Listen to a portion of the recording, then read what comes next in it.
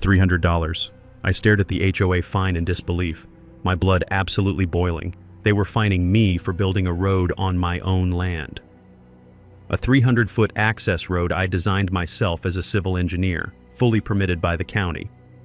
Then Constance Hartwell, the power-hungry HOA president, showed up on my porch, smirking, demanding I pay up immediately. "Mr. Webb, you will comply with community standards," she sneered, waving the fine like a weapon. "Pay now, or we'll lien your property." "Really?" I replied, stepping closer. "And how do you plan to access your neighborhood when I block the easement?" Her smug expression faltered.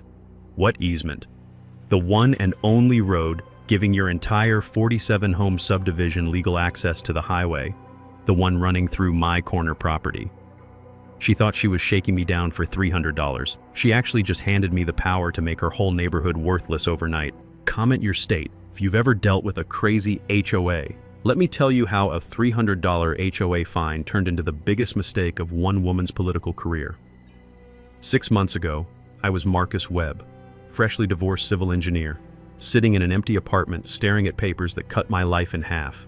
25 years designing municipal infrastructure for ungrateful bureaucrats who couldn't tell a storm drain from a donut hole. At 52, I was done being pushed around. That's when I found the 2.3-acre corner lot in Willowbrook. The moment I saw those property lines on the survey map, something clicked. This wasn't just land, this was leverage. The lot sat at the perfect intersection, controlling access between the county road and the entire subdivision. Previous owner was an old farmer who'd held onto it for decades, probably laughing at all the city folk who built around him. Smart man. I bought it cash. Best impulse purchase of my life. The farmhouse needed everything, but I had time and tools. Morning coffee mixed with the smell of fresh sawdust became my new routine. The satisfying weight of my hammer driving nails into solid wood, rebuilding something that would last. For 3 peaceful months, I thought I'd found paradise. Then I met Constance Hartwell. Picture the most power-hungry HOA president you can imagine. Then add bleach blonde hair, nails sharp enough to cut glass, and a voice that could shatter windows. This woman drove a white BMW SUV covered in bumper stickers. Community standards matter, respect authority, and, I kid you not, Willowbrook pride. The sound of her designer heels clicking on pavement announced her presence like a warning siren. Our first meeting, she cited me for a mailbox that was 2 inches below regulation height. A mailbox that had been there since Reagan was president. The citation was printed on HOA letterhead so official looking you'd think she was the IRS, but that was just her opening move. Over the next month, Constance went on a citation rampage that would make a traffic cop jealous. Mrs. Rodriguez got hit for bird feeders attracting undesirable wildlife. Apparently, cardinals don't meet Willowbrook's aesthetic standards. The Hendricks family faced fines for grass that was a 1/4 inch too tall. Some college kid got violated for parking his Honda in his own driveway because it was inconsistent with neighborhood character. The woman had turned the HOA into her personal kingdom, ruling through fear, fines, and enough paperwork to choke a bureaucrat. Board meetings were basically her royal court, where terrified homeowners came to beg forgiveness for crimes against suburban perfection. Most people paid up and kept quiet. Easier than fighting City Hall, right? I should have seen trouble coming when I started planning my driveway project. The farmhouse sat 300 feet back from the county road, connected by a dirt track that turned into a swamp every time someone watered their lawn. As an engineer who'd spent decades building proper infrastructure, that muddy mess offended me professionally. So I did everything right. County permits, professional surveyor, engineered drainage, a proper 300-foot paved access road, entirely within my property lines, built to last 50 years. The day I laid the first section of asphalt, breathing in that satisfying smell of hot tar, hearing the smooth hum of the roller compacting everything perfectly, I felt like I was finally building something permanent. That's when Constance struck. She appeared at my door the next morning like some suburban grim reaper, waving a citation that made my blood pressure spike 20 points. $300 for unauthorized road construction affecting neighborhood aesthetics. The sheer audacity was breathtaking. What this power-drunk dictator didn't realize, she'd just picked a fight with the one guy in Willowbrook who knew exactly how to make her regret it. Constance didn't waste any time showing her true colors. 3 days after that first citation, I found a certified letter jammed between my screen door and frame like a ransom note. The return address made my morning coffee taste like battery acid. Willowbrook HOA, urgent legal notice. Inside was a masterpiece of bureaucratic intimidation that would make a loan shark jealous. Not only was I still on the hook for the original $300 fine, but now they'd added $150 in administrative processing fees and another $75 for certified delivery costs. Simple math, pay $5 and $25 within 30 days, or they'd slap a lien on my property faster than you could say foreclosure. The letter even included a helpful paragraph about how liens could destroy my credit score, tank my refinancing options, and, this was rich, damage my standing in the community. The sheer audacity made the paper feel greasy in my hands. That afternoon, Constance arrived for round 2, bringing backup, some nervous pencil pusher in a discount suit who called himself the HOA's compliance officer. Apparently that's fancy talk for guy who holds Karen's clipboard while she destroys people's lives. "Mr. Webb," Constance announced, her designer heels clicking on my concrete like a death march. "I hope you've reconsidered. We're reasonable people, but rules are rules." I stood there watching this woman threaten me on my property for improving my land with my money, and something inside me snapped into focus. You know that crystalline moment when you realize you're not dealing with reasonable people? That's when engineering mode kicks in. "I'd like to review the HOA covenant documents," I said calmly. The compliance officer blinked like I'd asked for his firstborn. "I'm sorry?" "The legal documents that give you authority over my property. I want copies." Constance's smile froze solid. "Mr. Webb, surely we don't need to involve lawyers." "Who mentioned lawyers? I just want to understand what authority you're claiming here." That weekend, I spent my Saturday morning at the county records office, a building that smells like old paper, burnt coffee, and broken dreams. You'd be amazed what municipal filing cabinets can teach you when you know how to read them. 25 years of dealing with city bureaucrats had taught me that the devil's always in the details, buried 3 folders deep where lazy people never bother looking. And boy did I find details. Turns out the Willowbrook subdivision was platted back in 1987, when some developer thought my corner lot would make a perfect gas station. They marked it as future commercial development, which meant, and here's where that legal education I picked up designing municipal projects came in handy, my property was never technically subject to HOA authority. Some attorney back in the Reagan administration screwed up the paperwork and nobody had caught it for 35 years. The sound of justice was quieter than I expected, just papers rustling in a musty file drawer. But wait, it gets better. Buried deeper in those 1987 documents was something called an ingress-egress easement agreement. Basically a legal contract giving the subdivision access to the county road through a 50-foot strip along my property. Standard procedure, except for one beautiful detail that made my engineering heart sing. The agreement required the HOA to pay the property owner an annual maintenance fee. $500 per year starting in 1987. I ran those numbers 3 times just to make sure I wasn't hallucinating. 36 years of unpaid fees, plus compound interest at the state-mandated 6% annually. The texture of those old documents felt like gold leaf under my fingertips as I calculated the total, $7,500 in unpaid fees. While Constance was threatening to lien my property over $525, she was sitting on a debt 15 times that amount. The irony was so perfect it hurt. Monday morning, I called the HOA office, where some secretary who sounded like she'd rather be getting a root canal answered after 4 rings. "Tell Ms. Hartwell that Marcus Webb called about the $7,500 in unpaid easement fees," I said sweetly. "She'll know what I'm talking about." Constance called back in exactly 18 minutes. Her voice had that particular strain you hear when someone's world starts cracking. "Mr. Webb, I don't know what kind of game—" "No game, Constance. Just property law. You wanted documents? I found some interesting ones."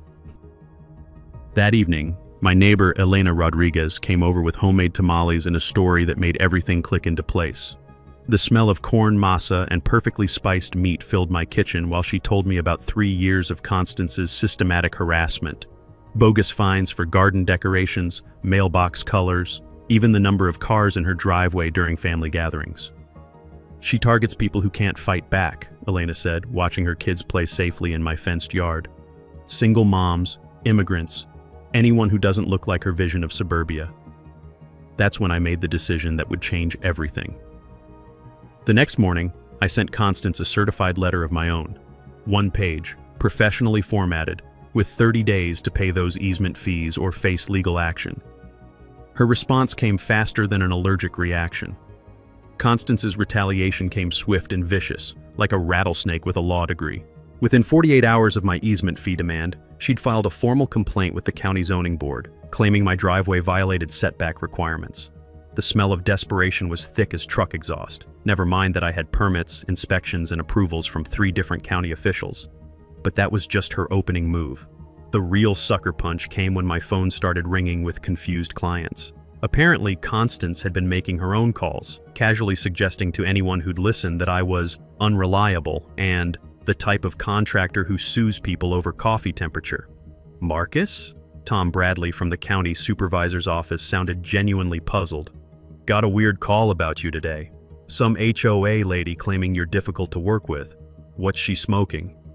That bitter taste in my mouth? That was my reputation being poisoned by someone who'd never hired me to build so much as a birdhouse. Next came the neighborhood petition, 17 signatures on fancy letterhead demanding I bring my property into compliance with community standards.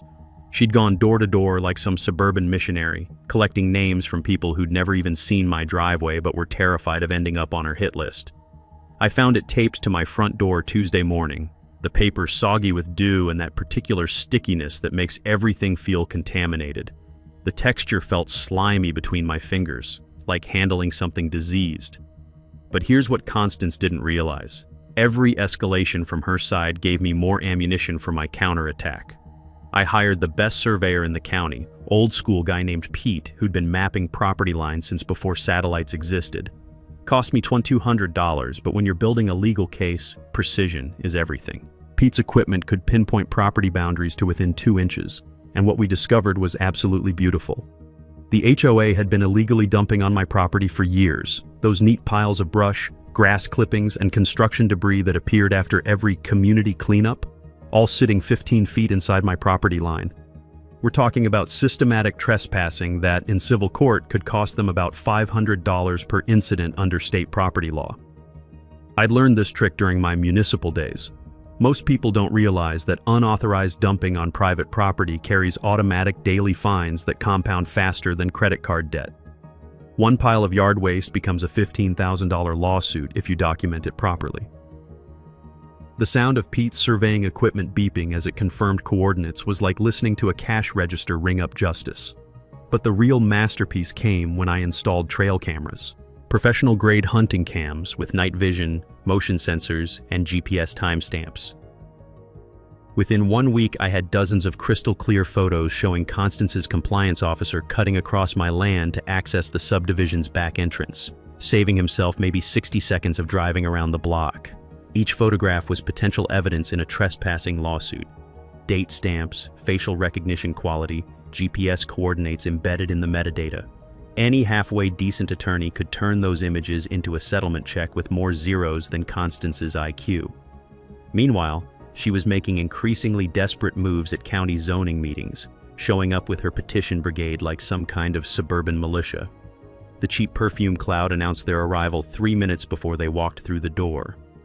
What Constance didn't know, I'd been attending those same meetings for 25 years as a municipal engineer. The board chairman had approved dozens of my projects over the years. When she stood up at the podium, waving that petition like it was the Declaration of Independence, demanding immediate action against illegal construction, board chairman Rodriguez actually smiled. "Ma'am, we have Mr. Webb's permits on file. Everything was approved and inspected to code. Are you citing a specific violation, or just expressing general displeasure?" Watching Constance's face cycle through red, purple, and back to red again was worth missing dinner for. But then she crossed the line that changed everything. Elena called me that evening, voice shaking with barely controlled rage. "Marcus, she came to my house today, started asking questions about my documentation status and whether I had proper permits for my kids to attend school here." The audacity hit me like a sledgehammer to the chest. Going after me was one thing. I could handle Constance's petty tyranny. But targeting Elena, a hard-working single mom whose only crime was supporting me because of her accent and last name, that wasn't just neighborhood drama anymore. That was discrimination, harassment, and about 15 different civil rights violations wrapped up in suburban respectability politics. I spent that night in my workshop, surrounded by the comforting smell of WD-40 and metal shavings, planning my nuclear option. Every tool in that garage was precisely organized, perfectly maintained, ready for the right job. The next morning, I found my mailbox destroyed, crowbar marks gouged deep in the metal, post bent like a broken bone. Game over, Constance. Time to show you what happens when you pick a fight with someone who actually knows how to win one. Constance's desperation was showing, and it smelled like burnt coffee mixed with pure panic. Her latest brilliant strategy, trying to get the city council to emergency rezone my property as pending industrial review, which in bureaucrat speak means we'll tie you up in red tape until you surrender.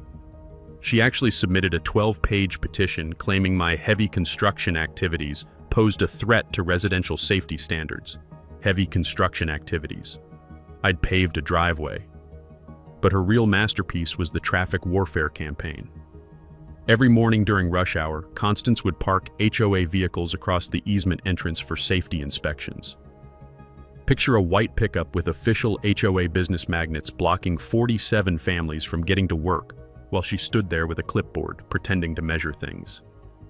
The sound of car horns blaring and engines revving as neighbors tried to navigate her manufactured traffic jam was like a symphony of suburban rage.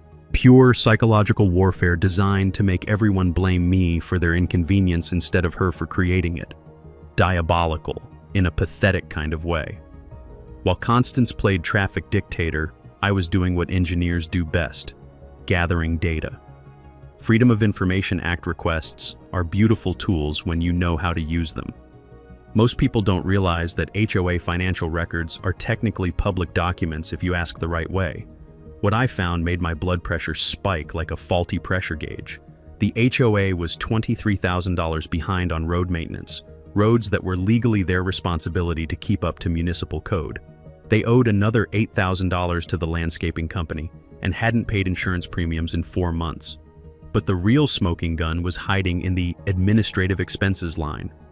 $4,100 in recent charges that perfectly matched the hourly rate of Constance's divorce attorney. She was literally stealing from her neighbors to pay lawyers to hide her assets from her own husband. The texture of those financial documents felt greasy under my fingers, like handling evidence of a crime, which technically I was. That evening, Bill Hendricks appeared at my door like some kind of guardian angel with a briefcase. Bill was the former HOA treasurer, a retired accountant who'd quit in protest over Constance's creative bookkeeping, but had been too polite to make waves publicly. Not anymore. The smell of Old Spice and nervous determination filled my living room as Bill spread damning evidence across my coffee table. Original meeting minutes, unaltered financial statements, even recorded phone conversations where Constance admitted to temporarily borrowing HOA funds for personal emergencies. She threatened to sue me for defamation if I went public, Bill said, his hands steady despite the magnitude of what he was revealing. But watching her destroy Elena's family over a property dispute, that crossed the line. This was intelligence gold wrapped in moral outrage, exactly what I needed. Armed with Bill's evidence, I launched my psychological campaign. First, I installed a professional security system with motion-activated cameras covering every inch of the easement. Then I posted discreet signs. Private property, easement use monitored, all vehicles documented. The effect was immediate and beautiful. Residents who'd thoughtlessly driven through for years suddenly became hyper-aware they were crossing private land. You could see them slowing down, looking around nervously, realizing their daily access to the outside world depended entirely on my goodwill. The weight of that realization was heavier than concrete, and just as permanent. Constance's response was predictably desperate. She organized community awareness drives encouraging residents to use the easement as much as possible to assert our collective rights. She even hired unnecessary landscaping crews to make extra trips, thinking she was proving some kind of point. What she was actually doing was documenting her own criminal trespassing. Every additional vehicle was another line item in the federal lawsuit I was methodically building. In property law, each unauthorized use carries compound daily penalties that stack like Legos, and I was photographing every single brick. Meanwhile, the harassment of Elena escalated to criminal levels. Anonymous notes appeared on her windshield questioning her right to live here. Someone called Child Protective Services with false reports about her kids being neglected and dangerous. The investigation was dismissed immediately, but the message was crystal clear: cross Queen Constance, and she'll try to destroy your family. That's when this stopped being about property rights and became about stopping a sociopath with municipal authority. The neighborhood was splitting apart like fractured concrete. 23 families had joined Elena's reform movement, but Constance's loyalists were getting increasingly vicious.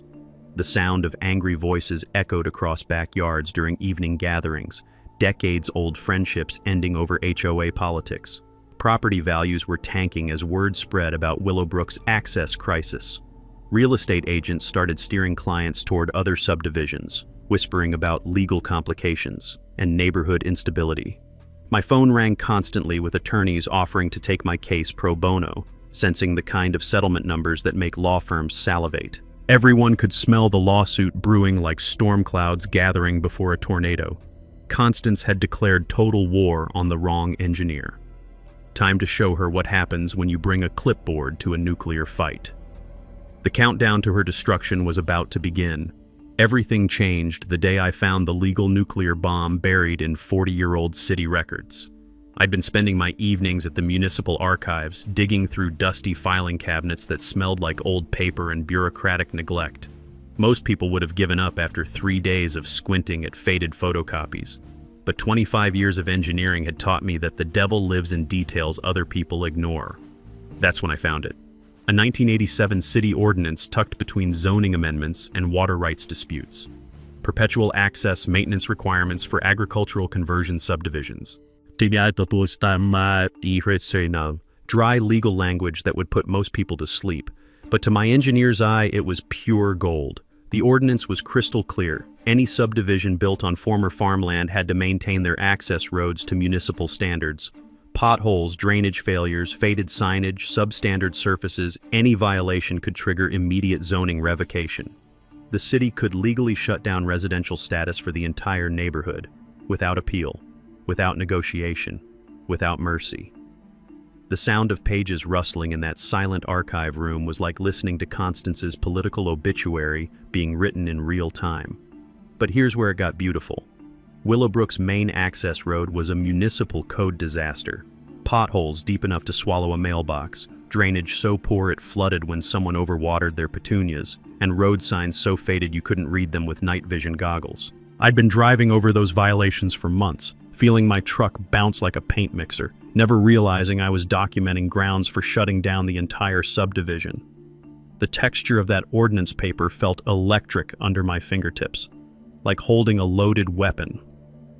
Meanwhile, Bill's financial intelligence was revealing the full scope of Constance's desperation. The HOA wasn't just broke, they'd been operating on embezzled funds and unauthorized loans for 18 months. She'd basically mortgaged the neighborhood's future to cover her personal legal bills. The numbers were devastating. Paying my $7,500 easement fees required a special assessment that needed 60% homeowner approval. But any assessment over $500 automatically triggered a mandatory state audit, and that audit would expose Constance's financial crimes faster than a house fire consumes evidence. She'd created the perfect legal trap for herself, and I was holding the key. But here's where the nuclear option became truly nuclear. I could legally revoke the easement with 90 days' notice. One certified letter, and 47 families would lose access to the county road. Their homes would become landlocked islands worth about as much as underwater real estate. Mortgage companies would demand immediate payment. Property values would crater. Life savings would evaporate overnight. The power was intoxicating and terrifying. I could destroy an entire neighborhood with a signature. That evening, Elena brought over homemade tamales and a dose of moral reality. The smell of corn masa and perfectly seasoned beef filled my kitchen while we wrestled with the ethics of mutually assured destruction. "Those families never chose this war," Elena said, her voice soft but firm. "Mrs. Peterson's been saving for her granddaughter's college fund. The Johnsons just had twins. They don't deserve to lose everything because Constance is a sociopath." She was absolutely right. I wanted justice, not mass casualties. The goal was stopping a tyrant, not punishing innocent people for having terrible leadership. But sitting there, watching Elena's kids play safely in my backyard while we discussed nuclear options, I realized something profound.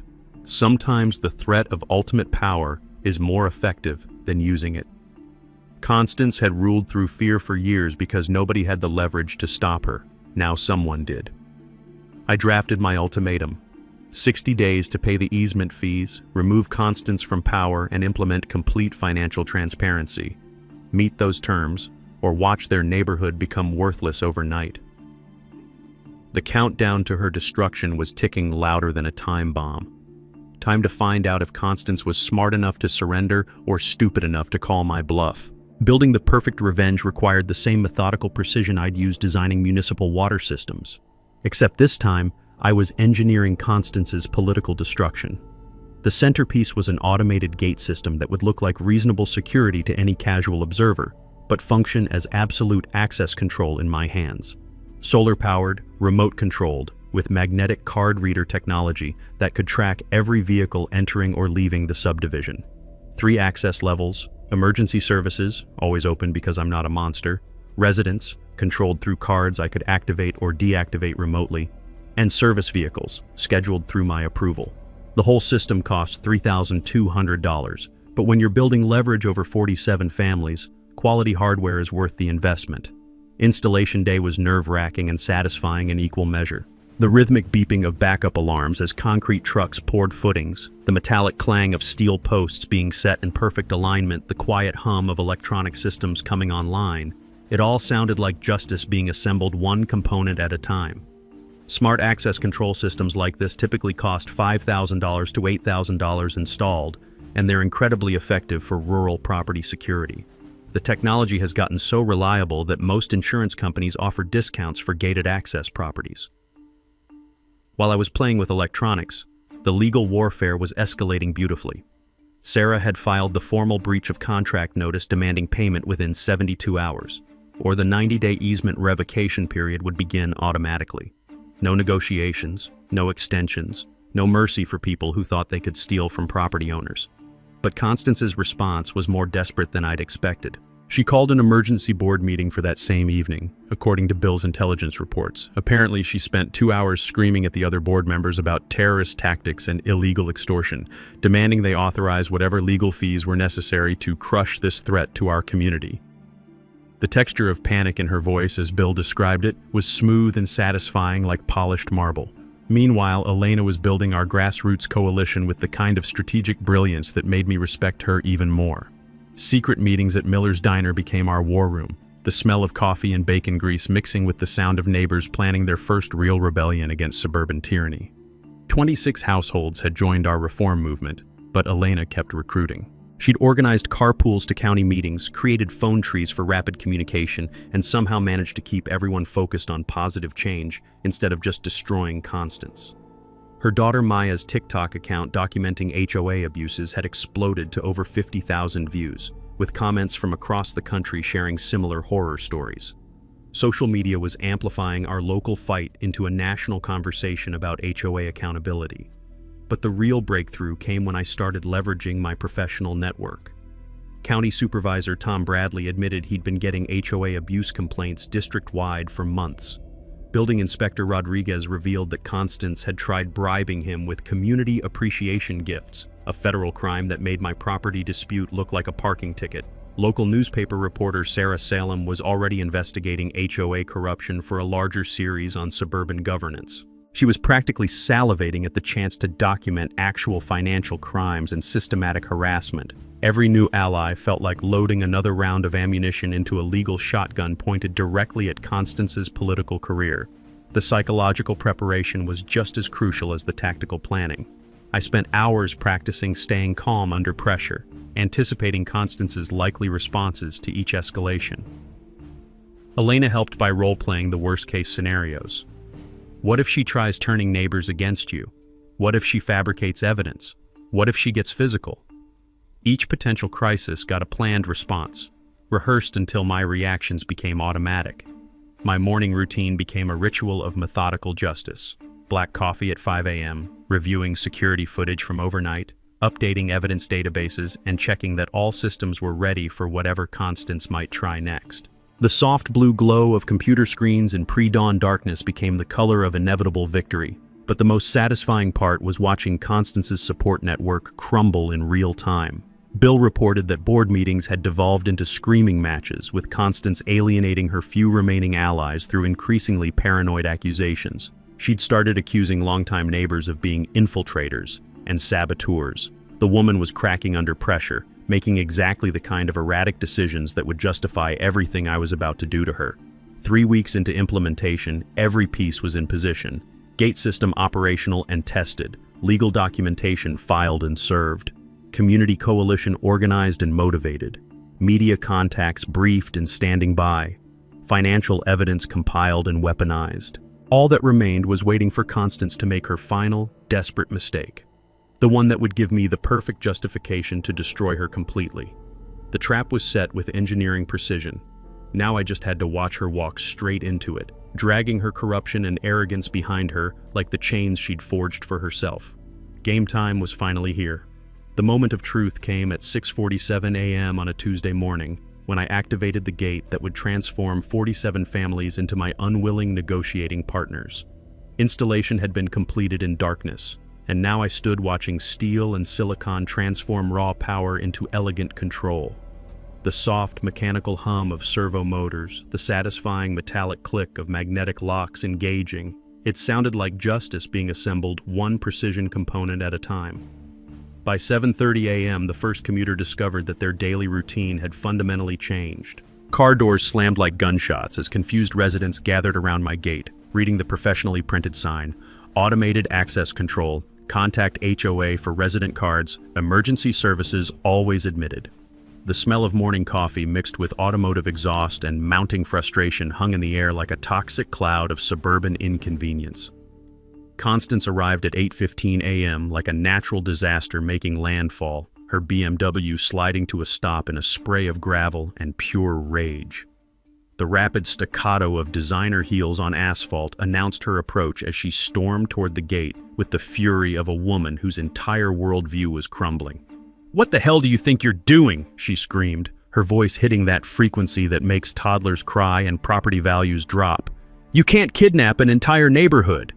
I emerged from my workshop with a steaming coffee mug and the kind of calm that comes from holding all the cards. "Good morning, Constance. Beautiful day, isn't it? Just implementing reasonable security measures on my private property." The texture of her desperation was almost tangible as she grabbed the gate bars and shook them like a caged animal testing for weakness. The precision-engineered steel didn't budge. German manufacturing tends to be disappointingly reliable when you're having a meltdown. "This is illegal extortion." Actually, it's property management. Check your easement agreement sometime. Fascinating reading. But here's where Constance's amateur-hour tyranny revealed itself. Instead of immediately getting access cards to residents, she spent the entire afternoon calling lawyers, desperately hunting for someone stupid enough to challenge my legal position. The problem was beautiful in its simplicity. Every attorney she contacted asked to see the easement documentation first, and every attorney who read it told her exactly what she didn't want to hear. I had bulletproof legal authority to control access to my own land. By evening rush hour, cars were backing up like a fast food drive-thru staffed by sloths. The symphony of frustrated honking, confused shouting, and increasingly creative profanity carried across the subdivision like the sound of democracy getting its first real workout in years. But here's the mini twist that made everything perfect. Constance was holding her own neighbors hostage. I'd posted clear instructions for obtaining resident access cards through the HOA office, but she refused to distribute them pending her comprehensive legal review. She was literally making 47 families suffer just to spite me. The woman's commitment to self-destruction was almost artistic. The emergency board meeting that night drew 89 people, standing room only in a clubhouse designed for bridge tournaments and book discussions. The air was thick with the smell of cheap coffee, nervous sweat, and mounting insurrection. Constance positioned herself at the front like Napoleon addressing the troops before Waterloo, her voice trembling with righteous indignation as she declared my gate an act of suburban terrorism that demanded immediate legal retaliation. "Mr. Webb thinks he can hold our community hostage with his illegal blockade," she announced with enough drama to win a daytime Emmy. "But Americans don't negotiate with terrorists." The irony was so thick you could spread it on toast. She was calling me a terrorist while actively preventing her neighbors from accessing their own homes. That's when the evening took a turn that even I hadn't anticipated. "Mrs. Patterson, an 80-year-old widow who'd lived in Willowbrook since the 1990s, stood up with the kind of authority that comes from outliving 3 HOA presidents and 2 husbands. "Constance, dear," she said in a voice sweet as poisoned honey, "perhaps before we discuss Mr. Webb's perfectly legal gate, you could explain why my grandson couldn't visit last weekend because you refused to give me an access card. He drove 6 hours from college, and you made him sleep in a hotel because of your tantrum." The room temperature dropped 20 degrees as 88 other residents realized they'd been collateral damage in Constance's personal vendetta.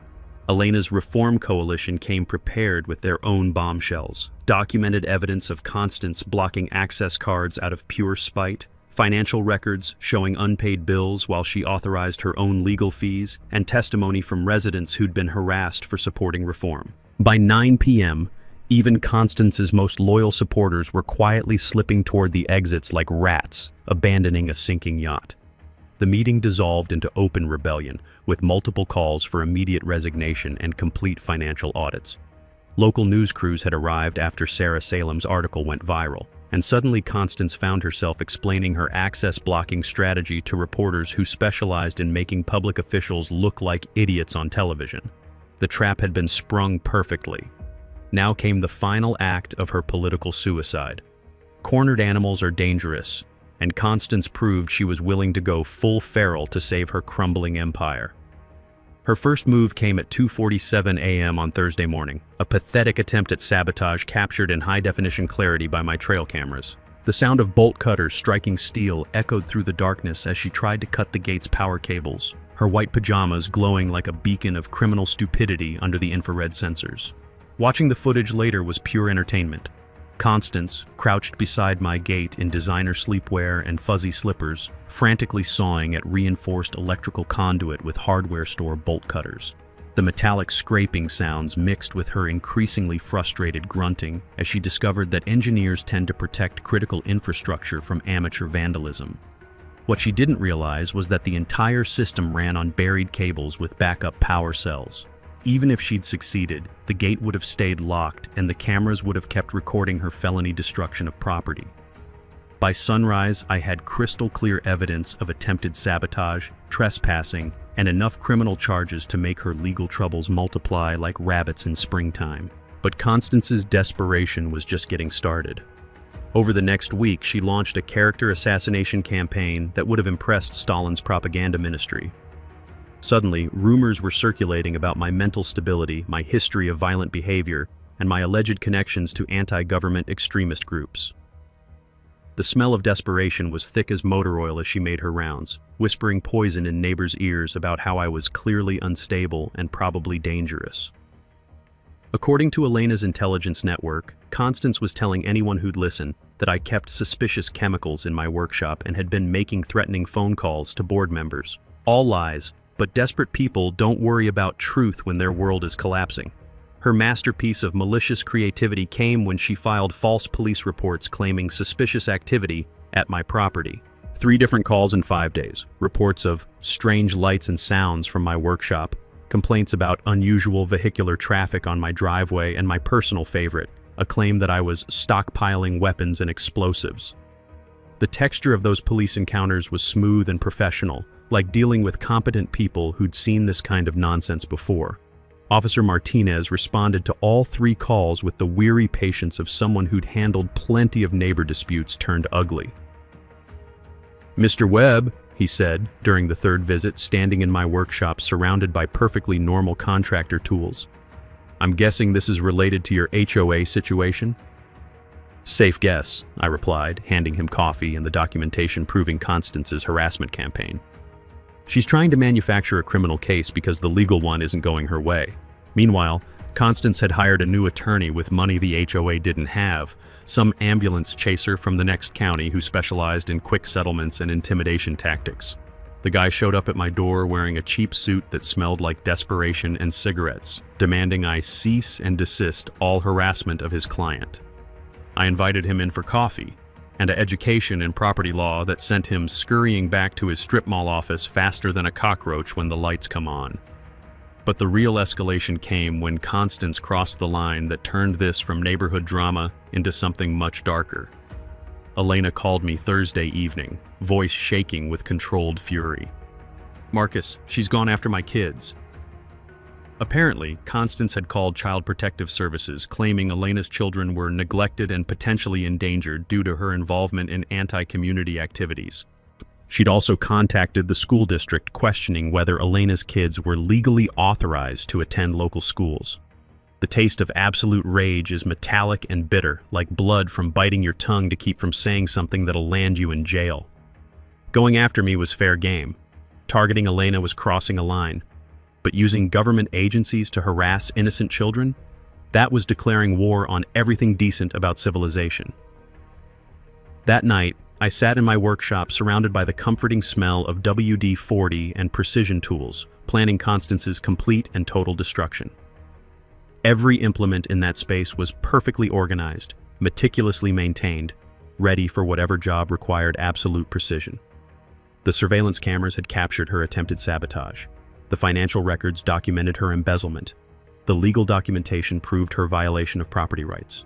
Now she'd added filing false reports, harassment of children, and abuse of government resources to her growing criminal portfolio. Meanwhile, the neighborhood was fracturing along battle lines that looked increasingly like a civil war. Anonymous flyers appeared overnight claiming Elena and I were foreign infiltrators trying to destroy American community values. Someone spray-painted "traitor" on Elena's mailbox, using the kind of logic that makes you wonder about public education funding. Property values were tanking as word spread about Willowbrook's access crisis and community violence. Real estate agents started steering clients toward other subdivisions, whispering about legal complications and neighborhood instability. The sound of my phone ringing constantly with attorneys offering to take the case pro bono was like listening to vultures gathering around roadkill. Everyone could smell the massive settlement brewing, and the legal feeding frenzy was about to begin. Constance had made her final mistake. Time to show her what happens when you declare war on someone who actually knows how to fight. The county supervisor called the public meeting for Tuesday evening at 7 p.m., and by 6:30 the parking lot looked like a tailgate party for justice.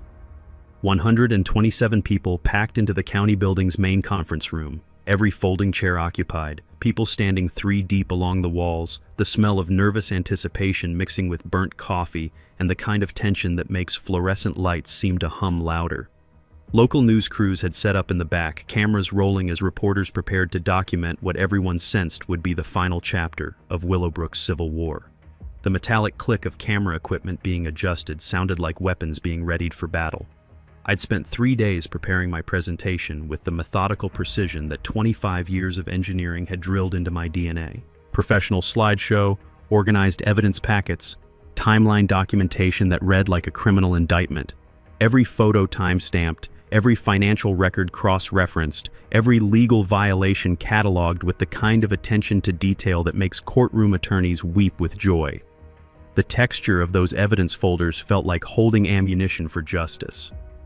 County Supervisor Tom Bradley called for order with the authority of someone who'd refereed enough public meltdowns to know when things were about to get interesting. "We're here to address the access dispute in Willowbrook subdivision," he announced, voice carrying clearly through the packed room. "Mr. Webb, you requested this hearing. The floor is yours." I stood up, clicked to my first slide, and began systematically dismantling Constance Hartwell's entire criminal enterprise. Ladies and gentlemen, what you're about to see is documentation of systematic financial fraud, harassment of residents, and abuse of municipal authority that's been hiding behind HOA letterhead for over 2 years. The first bombshell, high-definition photos of Constance attempting to sabotage my gate at 2:47 a.m., her white pajamas glowing like a neon sign advertising criminal stupidity. The room erupted in gasps and nervous laughter as people watched their HOA president reduced to prowling around with bolt cutters like some suburban burglar. The second wave, Bill Hendricks's financial records showing $12,000 in unauthorized personal legal fees, unpaid maintenance bills totaling $31,000, and insurance policies that had lapsed 4 months earlier, leaving the entire subdivision legally unprotected. But the nuclear payload came when I revealed the easement agreement that nobody in that room had seen before tonight. The HOA has owed my property $7,500 in annual maintenance fees since 1987, I announced, clicking to a slide showing the compound interest calculation. Fees that were legally required and have never been paid. Meanwhile, Ms. Hartwell has been using HOA funds to pay her personal divorce attorney. That's when Constance finally snapped. She'd been sitting in the front row like a defendant at her own trial, face cycling through shades of red that would make a thermometer jealous. But when I displayed her embezzlement records on the big screen for everyone to see, she exploded like a pressure cooker with a broken valve. "This is all lies," she screamed, jumping to her feet with enough force to knock her folding chair backwards. "He's a terrorist. He's holding our neighborhood hostage. He's probably not even legally allowed to own property." The sound of her voice cracking under pressure was like listening to chalk on a blackboard. Painful, but deeply satisfying when you knew it meant the end was near. County Supervisor Bradley tried to restore order, but Constance was beyond reason now. She started pointing wildly around the room, accusing random residents of being part of the conspiracy, and demanding that someone arrest me for economic terrorism. That's when Elena Rodriguez stood up with the quiet dignity of someone who'd endured 2 years of systematic harassment and was finally ready to speak truth to power. "Ms. Hartwell," Elena said, her voice steady despite the magnitude of the moment, "you called Child Protective Services on my children because I supported financial transparency. You questioned my immigration status because I disagreed with your leadership. You've turned our neighborhood into a dictatorship run by someone who steals from the people she's supposed to serve." The room went dead silent except for the soft whir of news cameras capturing every word. But the mic drop moment came when Bill Hendricks walked to the podium carrying a banker's box full of financial records that represented 2 years of documented corruption. "I've served as treasurer for community organizations for 37 years, Bill announced with the moral authority of a man who'd never stolen a penny from anyone. "I've never seen financial mismanagement this blatant or this criminal. Constance Hartwell has embezzled community funds, violated fiduciary duties, and committed fraud against every family in Willowbrook." He opened the box and began reading specific transactions. $1,200 to her personal attorney, $800 in administrative lunches at restaurants 40 miles away, $2,400 in consulting fees paid to her unemployed nephew for work that was never performed. By the time Bill finished, 3 people were openly weeping, 17 others were demanding criminal prosecution, and Constance was sitting in stunned silence as her entire world collapsed in front of news cameras that would broadcast her destruction across 3 counties. County Sheriff Martinez stepped forward with a subpoena that had been prepared earlier that day. Constance Hartwell was officially under criminal investigation for embezzlement, fraud, and abuse of office. Justice had finally come to Willowbrook, delivered with the precision of an engineering solution and the satisfaction of watching a bully get exactly what they deserved. The aftermath moved faster than water flowing downhill toward its natural destination. Within 24 hours of that public hearing, Constance Hartwell's resignation letter arrived via certified mail. 3 sentences of bitter defeat that officially ended her reign of suburban terror. The gate access cards were distributed to all residents that same afternoon, the satisfying click of magnetic locks disengaging for legitimate users sounding like democracy being restored one vehicle at a time. Elena Rodriguez was elected interim HOA president by unanimous vote at an emergency meeting that felt more like a celebration than a corporate reorganization. Her first official act was writing me a check for $7,500 in unpaid easement fees, followed immediately by implementing the financial transparency measures that should have existed all along. The criminal charges against Constance moved through the system with the efficiency that justice achieves when the evidence is overwhelming and the defendant has no political allies left to protect her. She pled guilty to embezzlement and fraud in exchange for a restitution agreement that would keep her financially accountable for the next decade. Watching her accept responsibility in front of Judge Patterson was like witnessing gravity finally catching up with someone who'd been falling for years but hadn't hit the ground yet. The real satisfaction, though, came from what we built in the wreckage of her corruption. The Willowbrook Community Reform Coalition became a model for HOA accountability that other neighborhoods started copying. Elena implemented monthly financial reports, term limits for board positions, and resident oversight committees that made future corruption nearly impossible. The smell of fresh start filled the air like morning coffee as people who'd lived in fear for years finally felt safe to improve their own properties without facing harassment. but the most meaningful change was the community scholarship fund we created from the recovered embezzlement money. The Willowbrook Accountability Scholarship provides $20,500 annually to local high school graduates who demonstrate leadership and civic engagement, essentially paying kids to become the kind of citizens who won't tolerate future constances.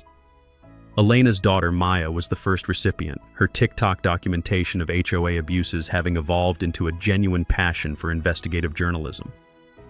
Watching her accept that scholarship with tears in her eyes was worth more than any settlement check could ever be. My own life settled into the kind of peaceful routine I'd moved to Willowbrook to find in the first place. The consulting business I'd started helping other neighborhoods fight HOA corruption grew organically through word-of-mouth referrals. Turns out there's serious demand for engineers who understand both municipal law and strategic warfare. Property values recovered within 6 months as news spread about Willowbrook's transformation from suburban dictatorship to actual community governance. Real estate agents started using us as an example of effective neighborhood management in their marketing materials. The annual Community Access Day celebration Elena organized became a tradition that draws people from across the county. Families gathering in the park where Constance's corruption once festered. Kids playing on playground equipment funded by recovered embezzlement money.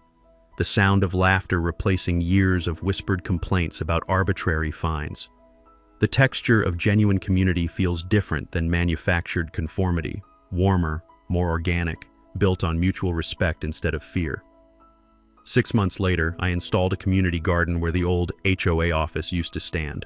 The smell of fresh soil and growing vegetables replaced the stale air of bureaucratic oppression, and watching neighbors work together to create something beautiful felt like the perfect ending to our suburban revolution.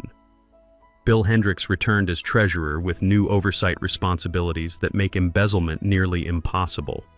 His monthly financial reports are posted online and discussed at meetings where residents actually show up because they're invested in outcomes rather than intimidated by leadership. The gate system I'd installed as a weapon became a genuine security asset that residents appreciate. Home insurance rates dropped, package theft disappeared, and the community finally felt like the safe neighborhood people had paid premium prices to live in. Looking back, the $300 fine that started this whole war seems almost quaint compared to the transformation it triggered. Sometimes the best thing that can happen to a community is having a tyrant push exactly the wrong person too far. Your turn. Drop a comment below and share your worst HOA horror story. I read every single one, and the most outrageous might become my next investigation. And if this story of justice served cold resonated with you, hit that subscribe button, because there are corrupt HOAs everywhere, and someone needs to document their downfall with the precision they deserve. Where are you watching from? Let me know in the comments.